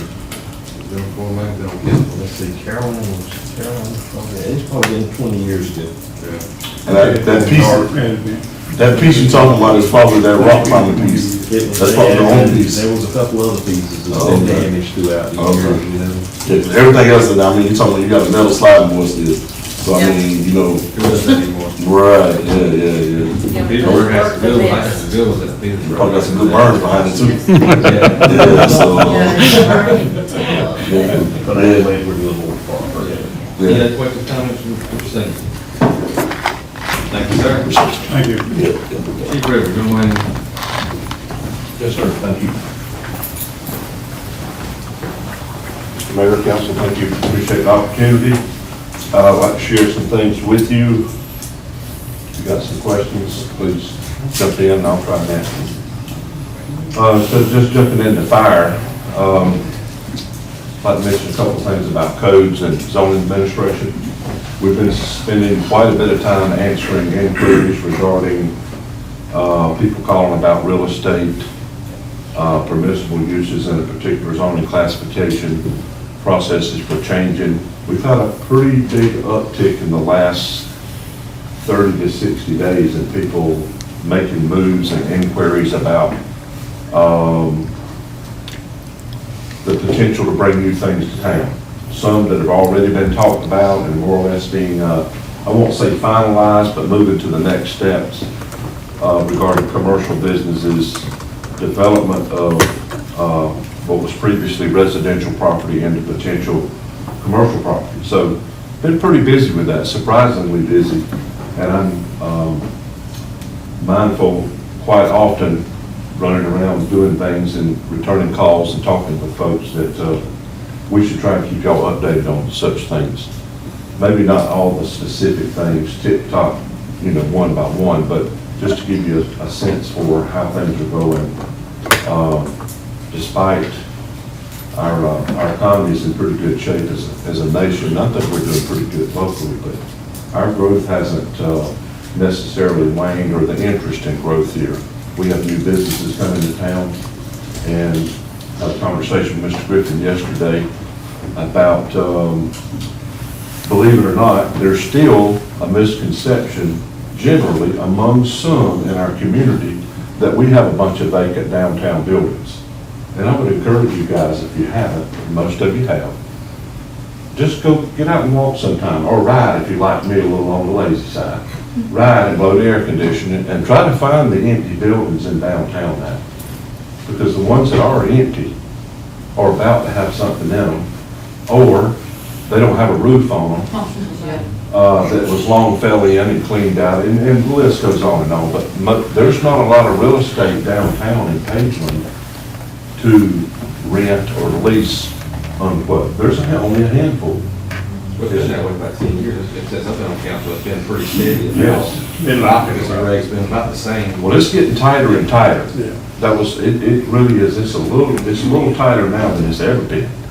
And there's things even happening behind the scenes now regarding some of the properties that have fell in disrepair and are basically, got to be gutted and started over. There's some interest in some of that property too. So just an update on that. And then there's another thing, I hadn't spoken with Mr. Schley in any detail and specifics lately, but there seems to be an emergent need to address in a little more comprehensive, systematic way some of our issues that are more or less some things that are zoning oriented. And I hope to get the nod to get an appointment with Mr. Ford soon to meet with him about some things, and maybe we can get some interpretation on some of our ordinances, possibly craft some revisions to some of our existing ordinances to potentially get in front of you guys to change some things that'll make our neighborhoods better. So we have lots of codes on the books, and as y'all know, enforcing them is a whole different thing, or maybe I should say having some positive in compliance can be difficult, but I'll give you one just while you're getting an update. We have some challenges in some of our neighborhoods that really boil down to, this is only one of the 3 or 4 things, but the challenges really boil down to essentially a residential zoning district that is having some or significant degrees in one or many instances of where there's things that aren't necessarily residential things going on, such as home occupations that start off innocent enough and then dwarf and grow and morph into something else. We have some areas in town where people are essentially operating a business from their home. And there's a lot going on there, a lot of activity. And between what they're storing outside and the coming and going of employees and the materials that, and just on, and you can point literally in almost any direction in town. And so where we have residential zoning districts, and we have quite a bit of what you would generally term as illegal business operations going on. We need to try to get a handle on that, or at least begin trying to get a handle on it.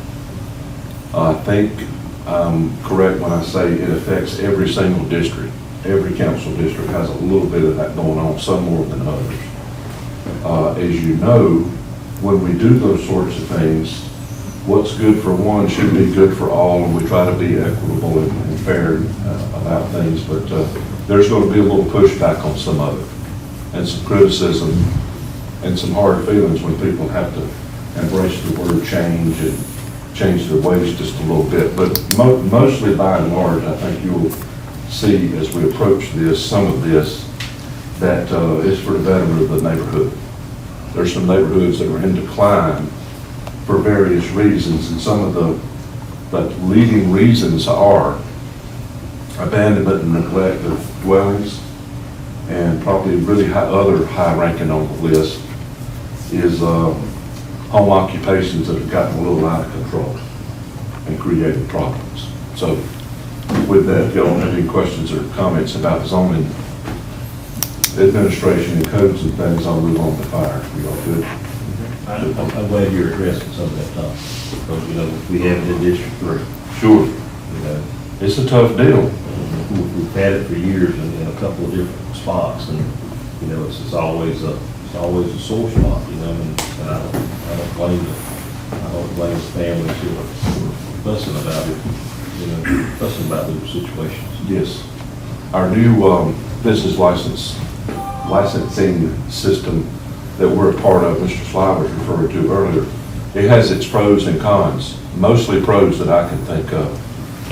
One of the potential cons is because it's so automated in its nature now, it bills folks, it keeps up with, you know, hey, whoever you sold a license to last year, send them a notice this year. So over time, this thing sends license renewal applications to folks, is my understanding. And they renew, well, it might not be somebody you want to renew if they're not operating their business appropriately as a home occupation, if you will. So then you get into me talking to Mr. Ford about making sure we do business license revocation processes in the appropriate way. Because once you issue somebody a license to do something in a neighborhood that's, you know, potentially it's a problem, it's hard to, you know, go back and say, we got to revisit how you operate here. Well, you just issued me a license 2 months ago. Why'd you do that? You know, so there's some things to work on there. And we spent 2 years trying to get our new codes in place, you know, about 2 years worth of work. 2 years worth of wait, so yeah, I'm all for that. You do what you need to do and do it fairly and even.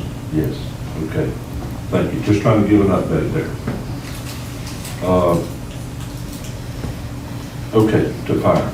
Second quarter is the notes I've made here for fire, because I know that doesn't take us through the festival event, but I'll pretty much skip most of that information. I'd like to give you a more precise update on the efforts for the fire department to deploy and take care of the festival event. And maybe the next time we give reports, I'll have more complete information. But up to the festival, our call volume has been for the second quarter, approximately the same running average, about 140, 160 a year.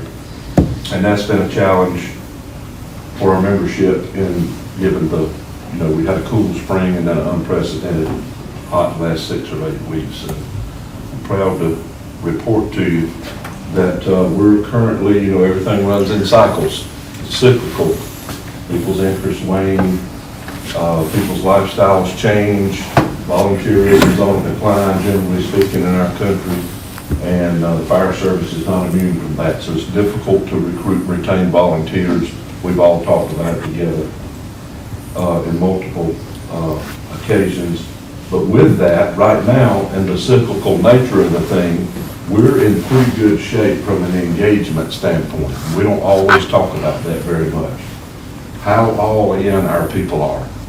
So we've got some great volunteers, we've got some great part-time career people, and they're super engaged in the mission, and that's to protect our citizens. So we've got a lot of training going on. I want to share a little bit of that with you. We had some students finish the emergency vehicle driver training class. That's 40 hours, and those students put in about 400 hours into that class. So they passed, they're done with that, they're moving on, we're really excited. Some of those same students and 2 others, a total of 5, are currently enrolled with the Rescue Squad sponsored, fire department hosted emergency medical technician class, National Register Emergency Medical Technician medical training class at the fire station. That's been ongoing since May, I think. Yeah, I think I got that right. That's a 220-hour class, and they put in about double that amount of time. It's 500-600 hours with their own personal commitment to. That's an academic attainment there to get nationally certified through an accredited agency as EMTs. So they'll be able to deliver the highest level of care that's practical in our whole community other than being a paramedic. So we're hoping, I think they'll be done in September with their efforts in that. Calvin's one of our old EMTs here years ago, and he understands the challenges. Yes. We've got 1 firefighter to send a recruit school. That's been about 600 hours he's putting into that. We're the beneficiaries of some of our volunteers and most of our part-time, daytime guys that fill a pool to fill slots to try and keep somebody, one guy on duty. We're the beneficiary of one of our members that's got lots of training, got a job in Monroe. He's in their recruit school. It alone is about 600 hours, followed up by 350 more. So we get some really, really good quality trained people, folks that are ready to deliver a high, very high, proficient level of competent professional services to our citizens. It's not just to meet the minimum standard checkbox kind of thing. So we've got one of our newer guys that's super engaged, super sharp. He's done a lot of training. He's going to Fire Academy this fall. We couldn't be prouder of his efforts to be headed down there in October. Assuming he gets into class, the final who got in is not decided yet, but we're pretty confident he'll be at the 8-week program. And then we had another additional about 200 hours of training where firefighters attended various types of training classes, which included community risk reduction, plan review, fire and life safety initiatives, that training, and some others. But back to the CRR for a minute, community risk reduction. We started an effort earlier in the year to become a fire safe community, a designated fire safe community in South Carolina. It's a process you go through to get accredited, where you're out here doing the right fire prevention programs, getting the right message out to the citizens, doing smoke detector installation campaigns, et cetera, et cetera. And we're looking forward to hopefully by the end of the year be in a position to earn that designation through some hard work. So Couple of last things. We're about to get in our busy season with doing preparation for fall and next spring at our burn building, the live fire training facility complex down behind the old water plant. That thing's, a lot of work goes into getting it ready to go for October, November, December, right on into May. So that cooler weather's when we usually hit it hard down there, doing quite a bit of training. Our biggest struggle down there, as we've discussed in the past, is we don't have an adequate bathroom facility. So some of the bones of what we need's there. Y'all know how it is, there's never enough money to go around. We're trying to do some creative things to try and figure out how we can fund replacement of the septic tank next budget year. But that's something that needs to be dealt with fairly soon, as replacing our septic tank. And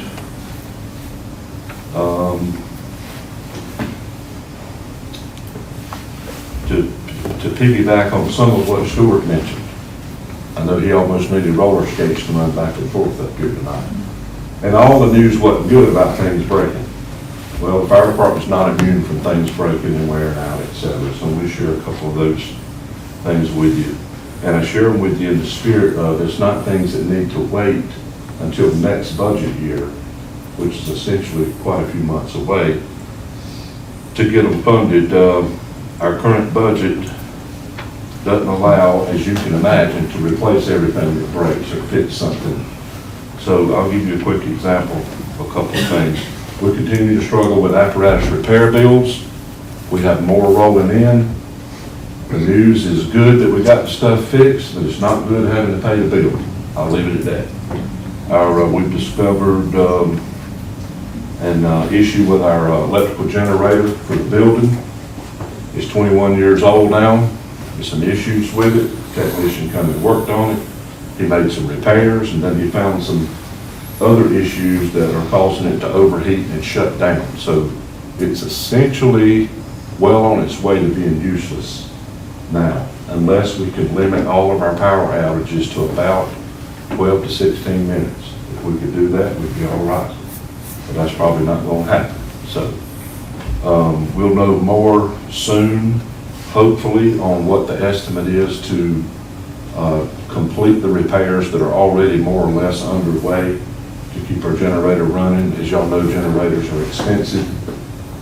Replacing that one's probably not an option budget-wise, especially this year, and it probably won't be this coming year. That's a 30 kW. How much was that one at the community center, Shane? 100 grand? Yeah, that's a little over 100 grand, yeah. A little over 100 grand, so this one probably be in the 48 to 62 range to try and replace with this. Oh, by the way, it's undersized. Now, we've outgrown that generator, but another conversation. So I'll try to get Mr. Sly to update y'all on that. And then we have other issues. We still need a set of tires for an apparatus. Mr. Sly's chasing the avenue that might save us a little money there and trying to make something happen there, but we've got one apparatus. We don't currently have the money in the budget to replace the tires on it, and it's not getting any cheaper. And it's a liability issue, to say the least. It's a liability issue, and it needs to be addressed. Mr. Sly's aware of it, and he's working with us diligently to try to find a solution to that problem. And then there's a matter of our thermal imaging device. We have a Bullard T3 Max, pretty much top of the line thermography unit that we call a thermal imager, and it allows us to use it in structure fires and rescue situations to more or less see through smoke. Y'all have seen them probably advertised before, but we're able to get in structure fires, locate victims, locate down firefighters, locate our way out of buildings, find downed citizens, make our search efforts much more safe, complete, and faster, and times, our enemy. And that piece of equipment is 13 and a half years old. At the time, it was about $12,000. The comparable unit to replace it now is about 23,000.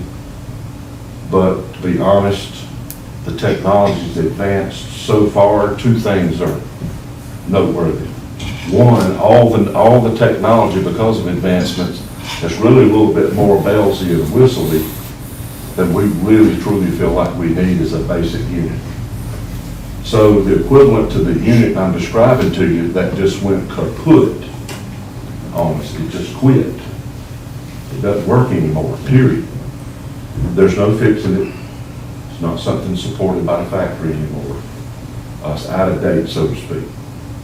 So the equivalent to it now is about, 13 to 15,000 if you take some bells and whistles off of it. But there's an alternative to it. We could get something that's mostly close to being just as capable for about 5,700, 5,800. So that's an item we hope that y'all consider funding. What I hope to do by next meeting, get with Mr. Sly, get a laundry list of these critical things that are broken that need to be replaced, and let's do what we can to get some of them replaced. By the way, the thermal imager we're asking y'all to replace, we didn't pay a nickel for it. We have a local company here in town that donated it to us. They literally wrote a check for it and handed it to us, and we've used it hundreds of times in training and actual fire incidents, and they're built pretty tough, but they don't last forever, and ours is broken. It's not covered under insurance, and it's not salvageable, and we can't get it refurbed, et cetera, or repaired. So there we have it. That's acceptable to y'all, Mr. Mayor. That's what I'd like to proceed on. And last thing was to give you an update. We're about 3-4 sets of protective clothing behind. We have a pretty much full roster at the fire department. We'll always try to make room for someone that wants to volunteer. Always try to make room, right? Never know when you're gonna lose one or two or whatever. But we got pretty much a full roster, which means the gear closet's cleaned out. We don't have any protective clothing to issue people, and we're getting short. So short, in fact, that we're about 4 sets behind. With 2 on the way, thank goodness. So we're at least 2 in the hole, and I say 2 in the hole, is 2 in the hole from being in our regular cycle of trying to replace 3 or 4 sets a year. Because not only do we need to buy them to fit people, they have a shelf life, and we wear them out and tear them up. We got guys that they'll last 10, 12, 14 years, and we got guys that'll destroy them in 3.5 years because of the nature of frequency of what they do, how they do it, how much training they do. They are rough on gear, but they're the ones in there that's rough on the fire too, in the building. You know what I'm saying? So we have a super wide spectrum of how our gear gets used. Therefore, the life cycle is very wide. So we ordered gear last November. We're hoping the 2 sets we ordered get shipped in September. Maybe, is what the guy said. So that's what the supply chain thing, Councilman Manning, you mentioned supply chain earlier. It is absolutely crazy. Crazy. When the price of gear's gone up 35% in 40 months, and it takes you 10 months to get it. That's the crazy part. So what was $2,740 40 months ago is $3,880 now. And it takes you 10 months to get it. That's kind of the crazy environment we're operating in. So we're a little behind on that. We're hoping to catch up, but it won't happen without money. So when things go up 40%, and y'all see this in our budget request, if our budget's going up 5% and gear's going up 40%, there's no way to replace it on that scale. Not at that pace. It's difficult. It puts a squeeze on everybody. So that's an update on some of the challenges the fire department's facing. Some of the things we've done in training, calls, and a little bit on codes and zoning administration. And let me please say, before I sit down. We take our budget preparation process seriously. I can speak on our behalf for sure, and the other department heads too. We don't just scribble some numbers in the request line item, let's ask for this and see what they'll give us. We try to put in a realistic request. That's all going on now. We'll have it in front of you in a few weeks, and we hope that as we move into the budget season, you guys will be mindful that, A, we appreciate what you do for the fire department, the support we get. The guys need your support. It's a tough job with not a lot of recognition, but it's a calling, that's what they want to do. So thank y'all for making it possible, give them the resources and tools to get it done.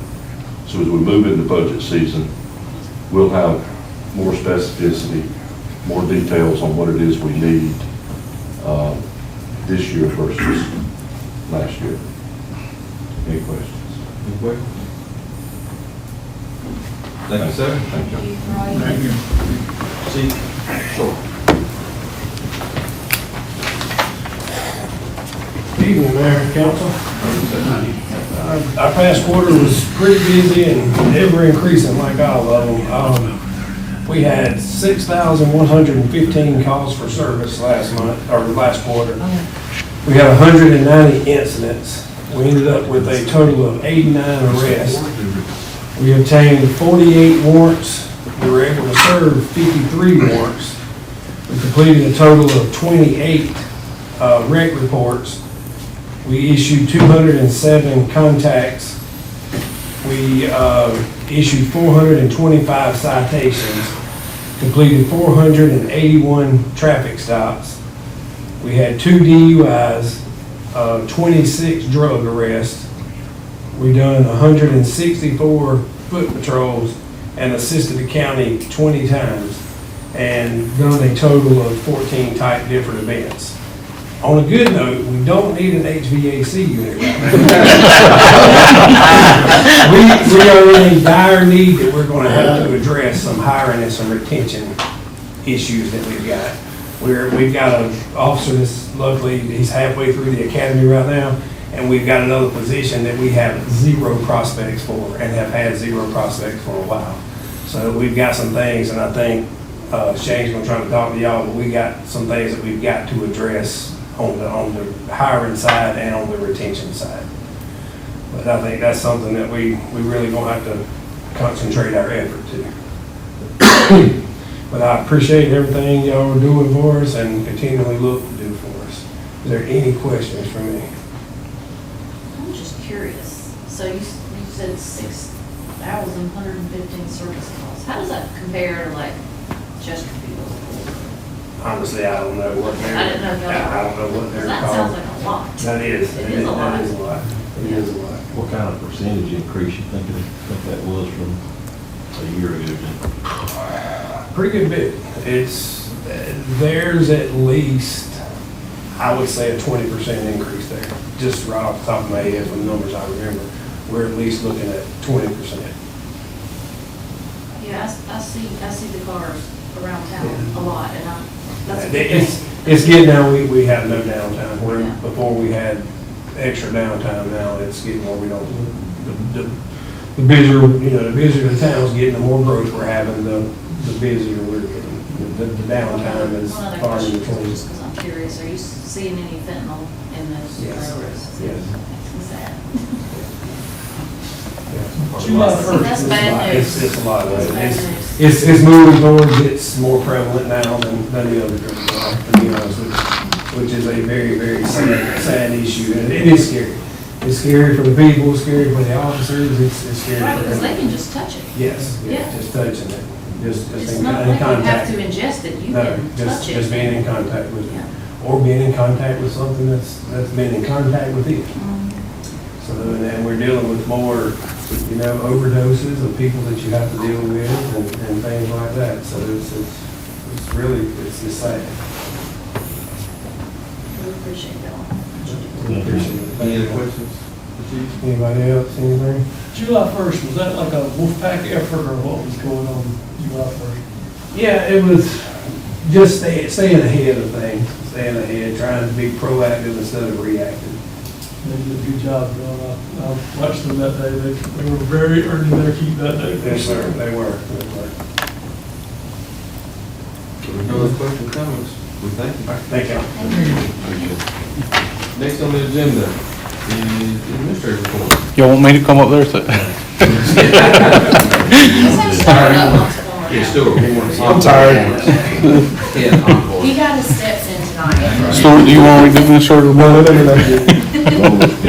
All right, the financial statements have been provided, you should all have a copy, and also the fine report is up here if y'all would like to review it.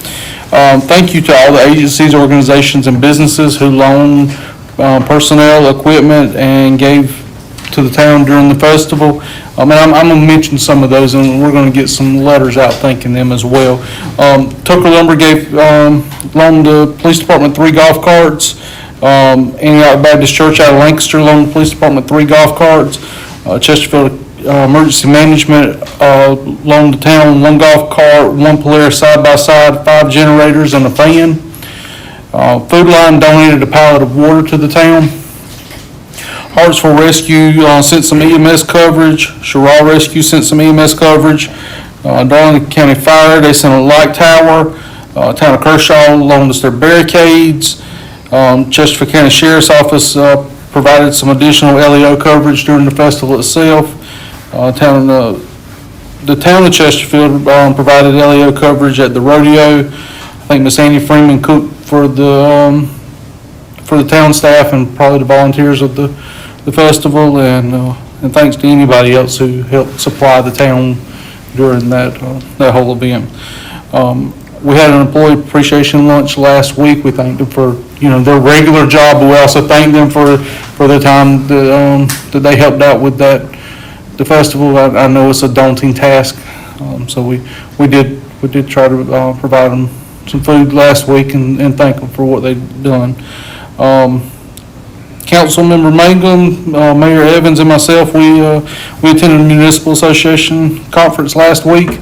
There was a lot of good information that picked up a lot of things that I'm trying to bring back, and I think they picked up a lot of things that they didn't know and would like to see. And the best thing that I think that I went to, there was a round table of cities that was less than 3,000. Both the mayor and Councilman Mangum both were in that same meeting. I think everybody got a lot out of that meeting. Everybody has the same problems. Yes, they do. Everybody has the same problems. And We're not by ourselves. talking to some of the ones in the larger groups, or the groups with the larger towns, they said that they had pretty much the same problems as what the small towns. They were just on a larger scale.